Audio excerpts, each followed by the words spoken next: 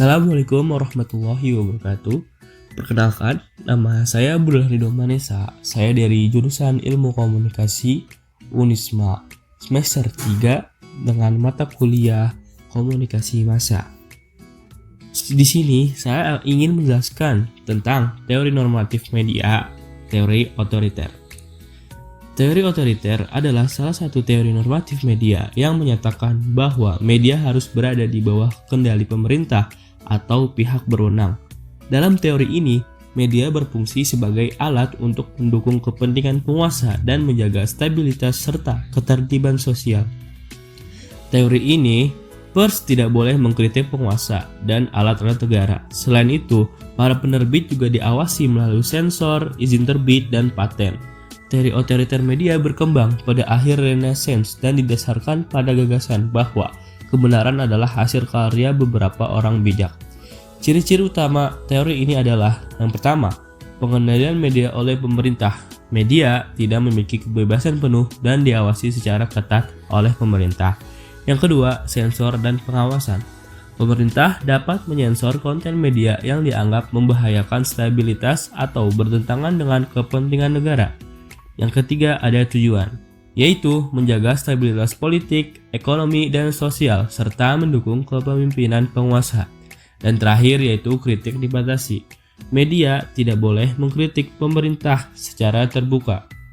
Teori ini muncul pada abad ke-16-17 ketika otoritarianisme menjadi model pemerintahan dominan, terutama di Eropa.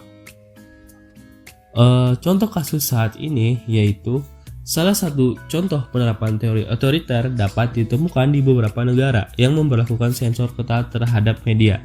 Misalnya, kasus media di Korea Utara. Pemerintah Korea Utara sepenuhnya mengendalikan media, termasuk berita, radio, televisi, dan internet. Media di negara Korea Utara hanya menyiarkan konten yang memuji kepemimpinan Kim Jong-un dan mendukung ideologi negara. Akses terhadap informasi luar sangat dibatasi, sehingga masyarakat tidak memiliki kebebasan untuk mengakses berita global atau mengkritik pemerintah. Yang kedua, ada sensor internet di Cina.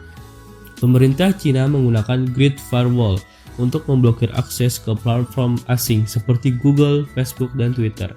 Media lokal juga diawasi ketat agar hanya menyebarkan informasi yang mendukung kebijakan Partai Komunis Cina. Kemudian ada kritik terhadap teori otoriter. Yang pertama, ada membatasi kebebasan berpendapat.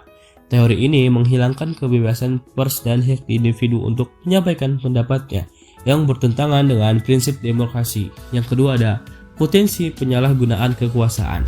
Pemerintah bisa memanipulasi informasi untuk mempertahankan kekuasaan, mengorbankan kebenaran dan keadilan. Yang ketiga, yaitu menghambat inovasi dan kreativitas. Media yang diawasi cenderung tidak memiliki ruang untuk berekspresi secara bebas, yang bisa menghambat perkembangan budaya dan kreativitas. Yang terakhir, yaitu kurangnya akuntabilitas pemerintah. Tanpa media yang bebas untuk mengkritik, pemerintah bisa bertindak sewenang-wenang tanpa diawasi oleh masyarakat. Dan terakhir, saran untuk memperbaiki penerapan media.